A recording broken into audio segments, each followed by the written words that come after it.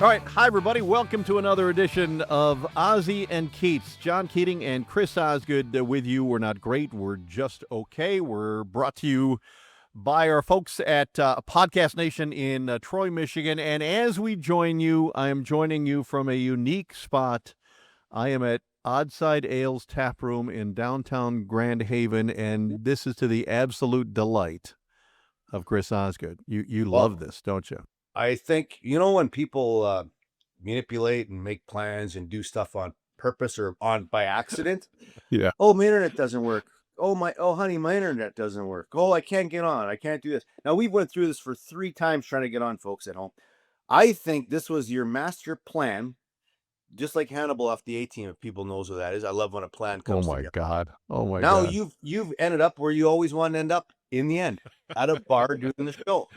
In the middle of the day. Yeah. The rest of it was just like just a facade, just a pretend stuff. Oh, my earpods don't work. Oh, I can't get on the internet. So Zachary, Bill, and myself, who Zachary and Bill do a great job helping us out, and myself, I've been doing this for about 3 times. Now he's at where he wants to be. So I expect excellence now from this point forward out of you. Well, I wouldn't expect that at all, because you know me better than that. Yep. We're going to be joined by the voice of the Detroit Lions, Dan Miller, or the radio voice of the Lions, who's got great stories about what the Lions have done lately and his travails to get to that point. That's coming up, and I've apologized to Dan because at our home here in Grand Haven, there's not enough internet strength for us to upload to the point that we're able to do the podcast. And so finally, we figured it out by getting me to another spot where I'm borrowing the Wi-Fi from Oddside, where it's a great spot to come have a pint. I tell everybody that. But Dan Miller's going to join us, and he's got stories, obviously, of things that he has seen, and he's been in Detroit as long as I have. We came at about the same time and got a chance to get to know the very, very young Chris Osgood. What were your recollections of '97 as you guys were getting to the point that you were ready to knock on the door for the first Stanley Cup in 42 years? Cool. Me and Mike Vernon split the season. He was a veteran. He'd won a Stanley Cup in Calgary, so he got the nod in the playoffs that year. I got a real, not that I didn't want to play, but a front seat to the whole thing. Let me stop you there. Let's talk about the dynamic between goalie pairs. So you're there, you're the up and coming Red Wings star, and then here comes a guy who has won a cup in Calgary. We know Vernie's personality. What was it like to getting to know him, a guy you're going to work with? Like Simon and Simon. It's like Starsky and Hutch. It's like Tango and Cash. They're both equally as good, but who can start? Somebody has to start. Somebody has to steal the show, just like in all the aforementioned. But Vernie won the cup in Calgary. So Scotty, I kind of knew he was going to go with a guy that had the veteran experience. Especially, we're going to run into Colorado in all likelihood. And Patrick Roy, who, by the way, Vernie beat when he was in Montreal. So that was a definite advantage for us. Vernie was a great partner. Oh, I have so many stories about him. That's a guy we should get on. Just being late for buses. I was his roommate on the road back when you had roommates. Now you get your own room, which I look back on. I'm like, why would you ever have a roommate? You have like snoring. Guys don't sleep. You got to share those bathrooms, which some guys are a mess. Like that would never fly nowadays. Some guys take a bath, apparently. I've taken baths in hotels. I'm not afraid to. Some people with roommates, with a roommate. Hey, I'm going in to take a bath. I'll be out in a half hour. Yeah. So right? That's what back you would then say you to had a roommate. roommate. I mean, you had to call down to get your wake up calls and all that. It's not like it is nowadays, but I find it weird that I think back that, Vernie and I remember had a blast with him though. I mean, we had a good time. I mean, he'd play. I'd not be in the room so he could rest in the afternoon. When I played, he wouldn't be in the room so I could get some rest. So it worked out. But saying there, that year was different. We'd lost San Jose. We lost a lot of hard series. We lost the year before to Colorado, I believe, if I'm correct there. I think I am. They won the cup. Yep. But that year was different. And yeah, we had the McCarty fought Lemieux and all that, which was a big part of it. But the feel was different, where you kind of feel like it was your time. You've been through all the rigors, all the tough losses, all the where you're supposed to win but you don't, all the cliche stuff. And then all of a sudden you kind of get that feeling where you've made it to the other side, and you really feel like, hey, this is going to be our time to win. And when we played Colorado and I wasn't playing, Bernie was playing, I had a different feeling than I did the year before when we played them, that we were going to win that series. Just a different swagger, a different mojo, a different type of confidence our team had. And that includes superstars on our team. That includes Stevie and Sergey and all the really, really good players we had. They had a different swagger. They had that belief that, hey, this is our time. And it obviously was. And what a great time that was. I was lived in Birmingham then, so we had a blast. I'd have the Could guys you walk over. around? Could you walk around town without getting Oh yeah, mobbed? oh yeah. I like I told stories before. It's different than now. There's no. I mean, we used to do events where we were bartenders at bars and talking to people, and we go to the post bar and you'd be shoulder to shoulder, and every so often you'd get somebody that would, I don't want would kind of go overboard, but John, 98% of the time the people are great. They want to talk hockey. They want to talk you're going to play. They just want to talk sports. That's people from Detroit. That's what they do. They want to talk sports. They want to know how your team's doing, what they're doing. I never minded at all. I actually liked it. It was part of it. I always felt like that was part of the job, is to we played. We're just like everybody else, and hanging out was a cool thing. I enjoyed it. Playing a little 9-ball, playing whatever. When there used to be pool tables, remember those? Hey, rack them up, John. And I'm not talking about that. I'm talking about pool for you. So don't get excited there at the bar. Well, all right. Well, you brought it up, and I wasn't Yep. going to work this in here, but it fits here. One of the questions that we have from one of our Another one? very passionate viewers, listeners, from Cody Stark. Hey, Ozzy, I lugged my Cooper helmet and cage all the way to Detroit from North Dakota last year. You were gracious enough to sign for me. Thank you. When I told you I was from North Dakota, you said something, but I couldn't hear you. Remember what you would have said? I drive through there every year. When I drive back to British Columbia, I go on a drive. I drive through Chicago, which people know the traffic's are bad, so that's my worst part. Minnesota. Then I go through North Dakota, which I love. You know why? Because the speed limit's 85. This is how I got a speeding ticket this year. I was at 80. We dealt with that, right? Yeah, Saskatchewan. it's fast. Yeah. Then you go over to Saskatchewan, it's like you're we at a went snail's there. rate. Right. But North Dakota, I would have said, yeah, I drive through every year. I go through Fargo. I love driving through there. I really enjoy it. It's relaxing for me. Well, when I saw the question from Cody, I am reminded of this, that especially when you and I were together, and because of where our set was at Little Caesars Arena, there were people who would stop all the time and want you mostly, and me occasionally, to sign something. Where is the strangest place you have placed an autograph? On a car, and it was a nice car. I mean, you want me to say skin? That's happened before for sure. Different spots on different. You've signed cleavage. I'm going to guess you've signed cleavage in your career. I have once years ago, years before you were married, right? Yeah. Before you were married, and it was, but I signed. It was a classic car, and I'm like, and I was eating somewhere like a sandwich spot, and they like, can you sign this? I'm like, really? And I was kind of taken back by it. I was like, wow. I mean, this car was beautiful.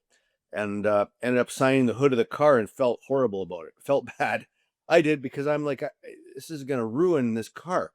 And so I signed a car. I've signed skin. Probably mostly everything, really. I signed over a tattoo once. Somebody had a tattoo. Well, over a tattoo is cute. Yeah, but I've told you my tattoo story, right? There was on the one on your lower back. I didn't know. You have one there? What does it say? I love Johnny Fever. A very nice woman came up to the set at Comerica Park, and she asked me to sign her arm. Yeah. And then revealed that she would get the signatures Mm-hmm. tattooed. And so on her arm, there were a bunch of us. There's Johnny Kane and there's Dan Petrie. Yeah. And I signed my name below Paws. Paws signed her name as well. And then maybe a couple of months go by and she shows back up to show me that, yes, indeed, she had my autograph literally tattooed on her arm, along with the likes of Johnny Kane and Dan Petrie and some of the others that, some of the other Tiger players, former Tigers that, and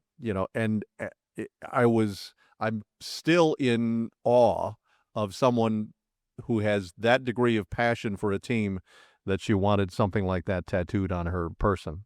Forever etched in history. It will always be there. And then we can get to, a couple more shows from now. We'll get back to that lower back tattoo of yours, whatever's on there. Yes. You don't have any tattoos, do you? No. No, I don't. And I did notice one thing, that Canadians love tattoos. They have them everywhere. Like you could, John, and some people, hockey players love tattoos for the most part, right? Everybody does, right? They're mostly Canadians, but in Canada, everybody, like age groups, every single person here has either like and some of them I'm like, wow, that's not making any sense to me at all. And it's hard to get right into it. I'm just saying that I would say 75%, if we were doing card sharks right now, they always used to do that. What percentage of Canadians have tattoos? 75. Really? Okay. Yeah, I'm telling you, it's a lot. I mean, we're going to get former Tiger Brandon Inge on this podcast at some point. And we got to get it. He shared with me that the Tigers back in the day, there was a tattoo artist that, because these guys have more money than they know what to do with, they would fly the tattoo artist in. And we happened to be in Oakland where the Tigers were playing against the A's. The Tigers were staying in San Francisco, but this tattoo artist would stay up all night, and any Tiger players who wanted tattoos could get them. And then they'd show up at the ballpark the next day, and of course your skin is all agitated and irritated from the tattoo, and they'd have to wear some sort of blanket. But Brandon Inge got each of his sons' names tattooed on his forearm, so when he would bat, you could see the names of his two sons, which was a very generous and gracious gesture. But I like my kids fine. I'm not sure I would have done anything like that. No, I'd get a temporary one as a joke. We did that. Remember that we did the temporary tattoos of Ozzy's face that we put on everybody. Lance Luce had one. Al Sabatka had one. Johnny Kane had one on his face. Your two kids had temporary Ozzy tattoos on them. I thought about, like, before I come out to Canada, because I like to play jokes, is to get my wife's name on my lower back, Jenna, and then walk down the dock with it on my back and see what you react. My lower back, like bend over and do something. Yes. Now, when I bend over now, I used to bend over, it looked a lot better. Now, it's I don't rhymes with snack. There's another one for you. That's what's showing. We got to be careful. But so the bending over thing's got to be in certain circumstances. Yeah. But I always think of that. That's a reference to sounds like a rhymes with ripple. Because there was somebody who wanted an autograph, and that's going to become when the Ozzy and Keats podcast gets its merch, that will be one of the shirts that'll just say rhymes with ripple. Simple but meaningful. Those are the best things in life. All right. Look at you there at that bar. Just standing by, awaiting the arrival of the voice of the Detroit Lions, Dan Miller, and that's next on Ozzy and Keats.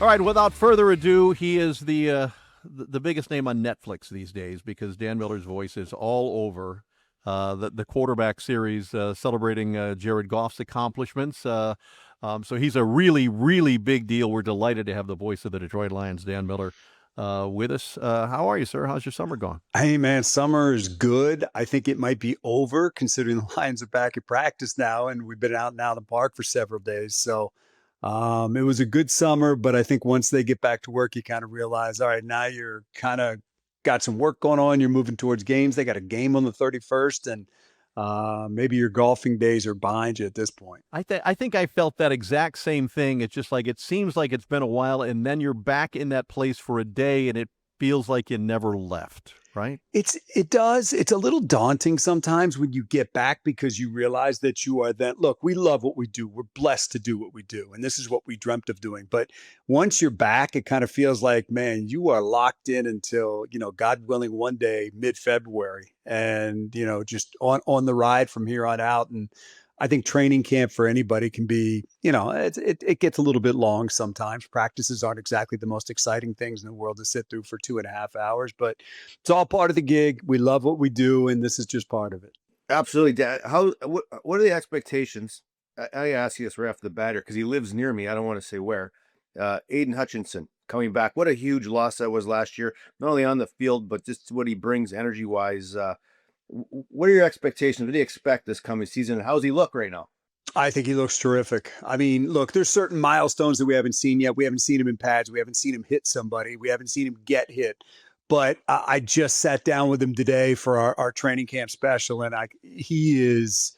Look, that guy is just driven. He just wants to be great, and he's not going to let anything get in the way of that. He talked about his rehab, and he dove in.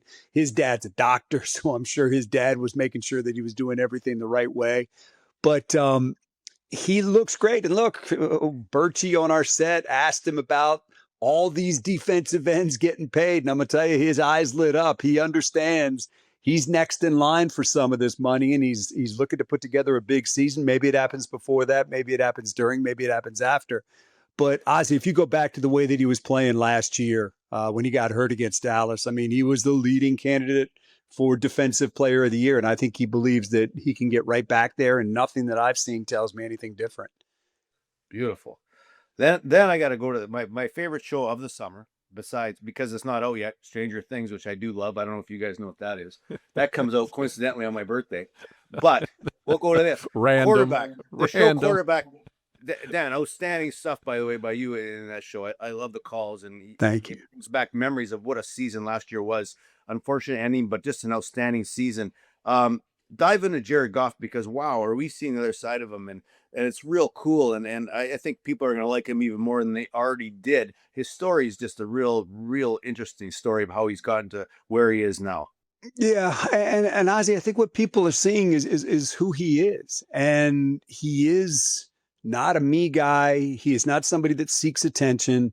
He's somebody who's had a heck of a story that they do a nice job of telling, of coming in as a number 1 overall draft pick with the Rams, taking them to a Super Bowl, losing that Super Bowl. Then all of a sudden things weren't going quite as well. They cast him off. He goes to Detroit. A lot of people thought he was coming to Detroit to just be a placeholder for them to draft a quarterback at some point.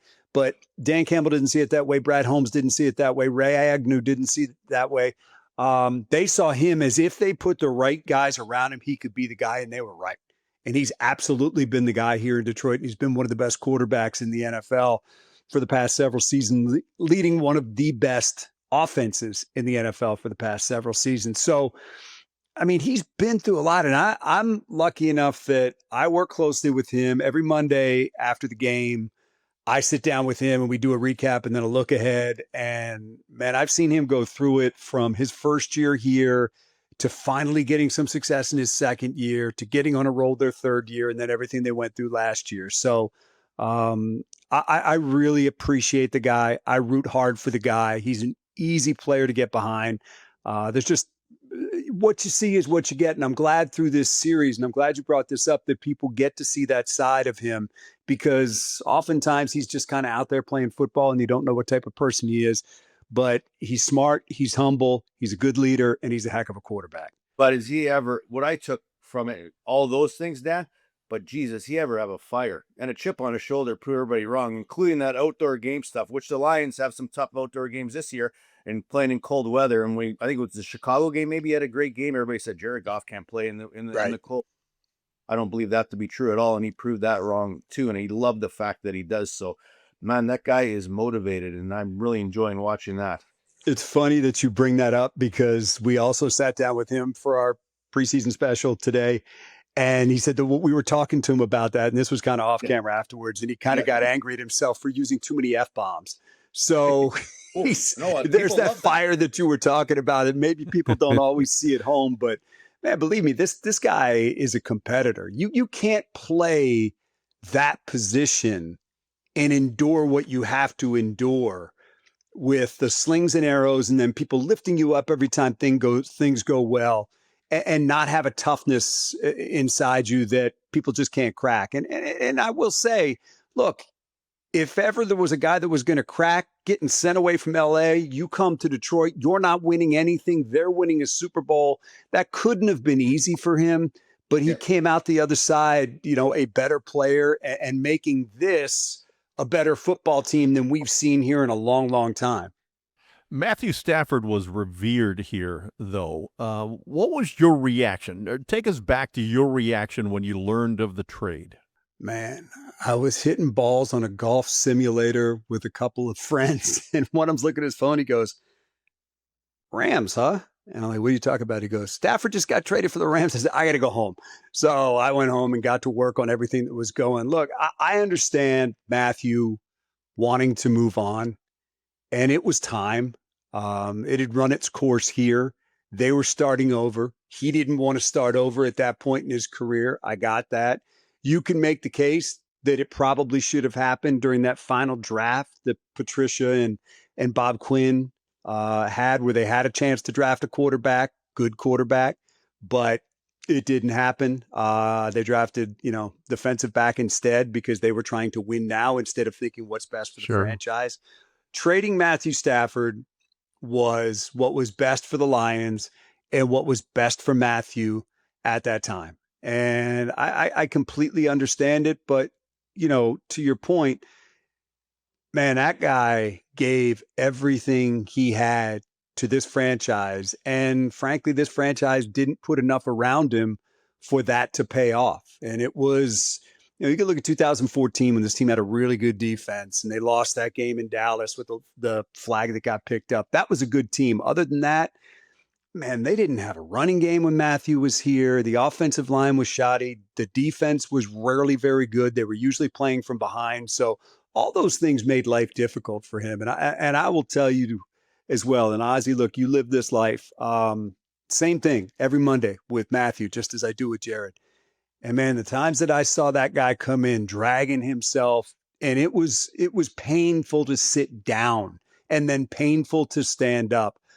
Just so much respect for what he endured here and everything that I know that he gave here. He left nothing in the tank in Detroit. I'm happy to see the success that he had in Los Angeles and that he got his ring. Hopefully Jared will get his here at some point.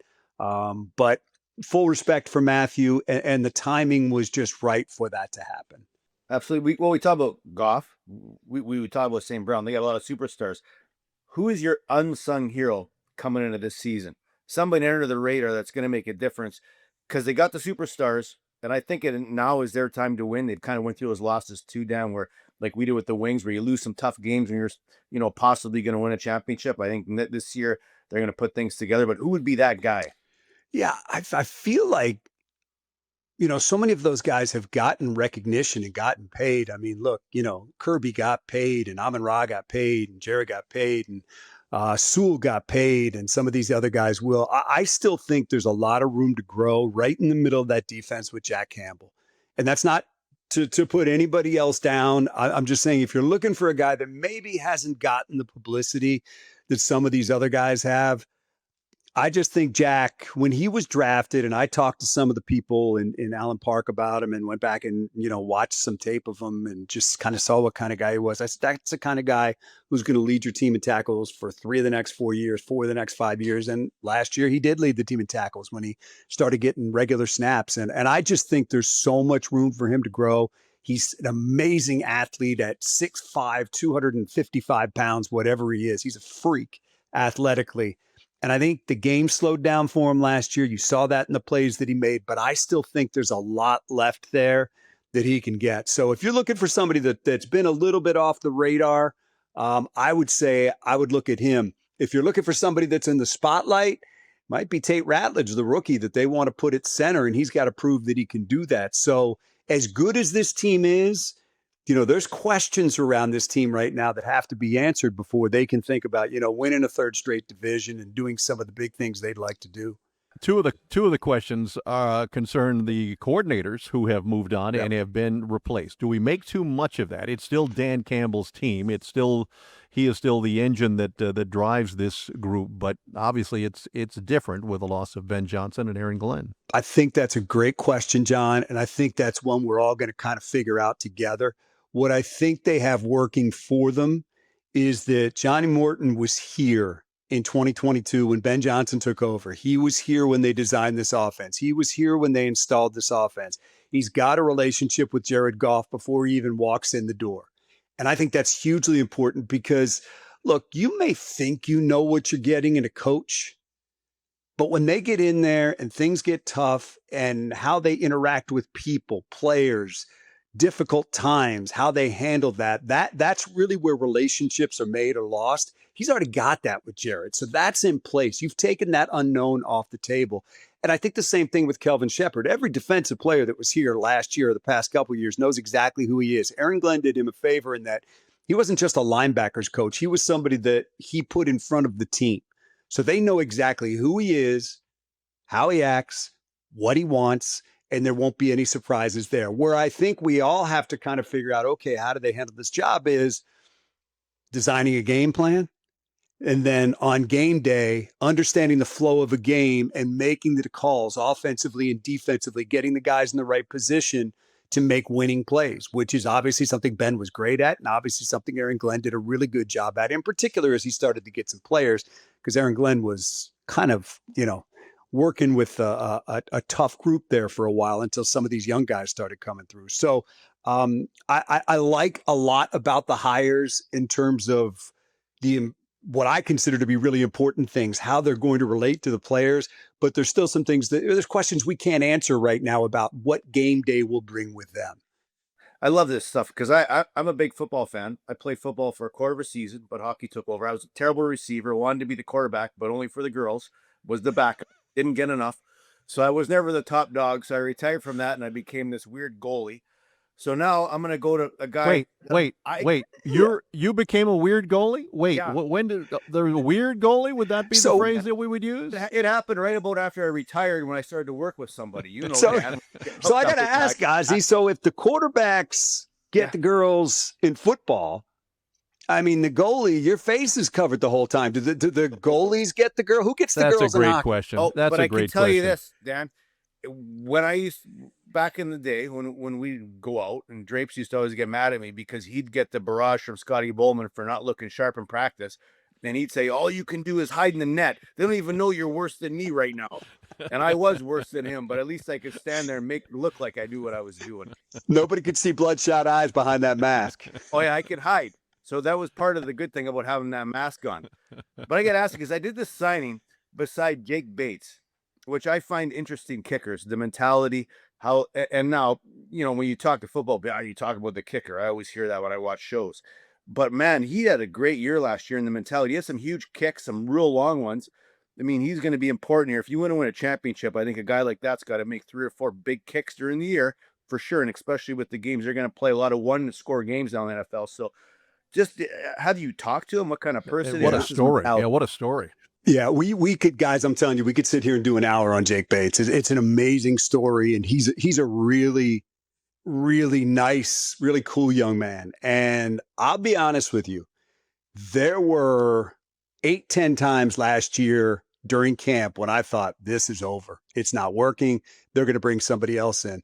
TJ Lang and I sat and watched him at Giant Stadium, whatever they call that these days, before the preseason game against the Giants last year.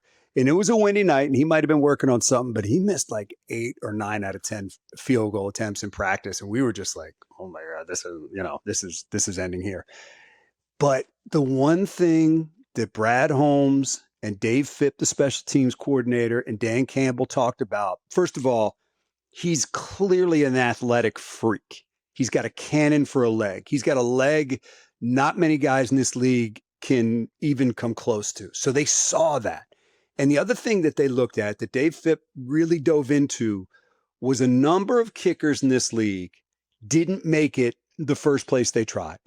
They bounced around, and then kind of figured it out and became these great players. Matt Prater, certainly among them. And what they said was, as long as we feel like his head is in the right place, we're going to put up with the inconsistency because we want to see if we can be that place. We don't want to watch this athletic kid that can knock it through from 68 yards out. We don't want to see him go do that somewhere else. So I give them a lot of credit for their patience, because had it been me, I walked out of there several times thinking, okay, there's going to be a veteran in here to at least compete with this guy tomorrow, but they really never did that. So their patience is where you start with him, but also his mental fortitude and his ability to just deal with adversity that came his way in that camp for a guy that hasn't been kicking that long.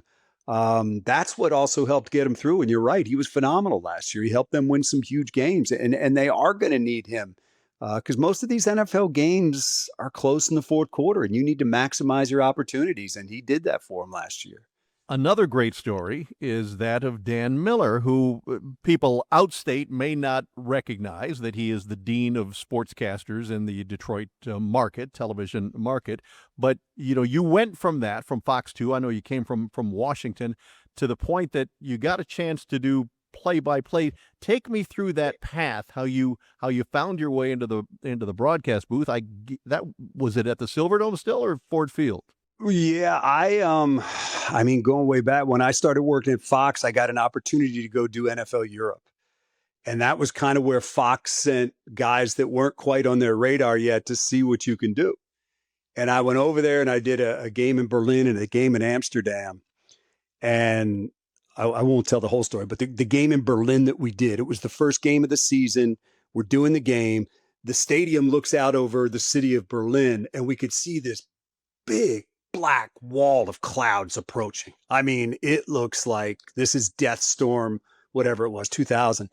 So it settles in over the stadium. There's lightning everywhere. The referee blows the whistle and sends the players off the field. It's like middle of the first quarter, early second quarter, something like that.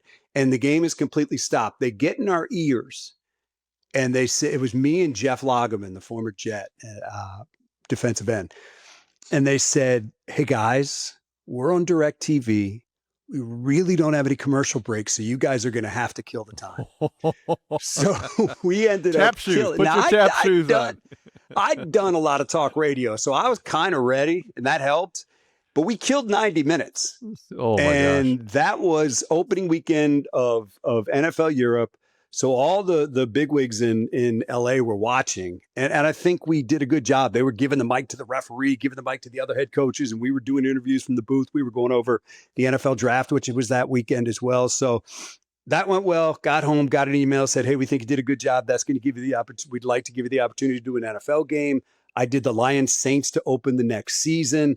I did a couple games that year, and my role with Fox grew over 5 years. And after that fifth year, when I'd done like 11, 12 Fox games, the Lions approached me and said, we're making a change. Would you like to do our radio? And I'm like, yeah, it's a lot easier to just do radio in Detroit than it is to get in a plane and go do Seattle, Arizona, which is what I was doing at that point. So that was 2005. This will be year number 21 for me. So it was a blessing. I did not come to Detroit with any vision of being the play-by-play voice of the Lions. I came here to do Fox 2, but it's been, two jobs that have dovetailed together perfectly because of Fox 2's relationship with the Lions, and that's our most significant partner because of the NFC being on a Fox station. So it's just one of those things, John, that in this business that you can't control, but a lot of times things don't work out well for you, but sometimes they just kind of fall into place. And for me, those things kind of fell into place.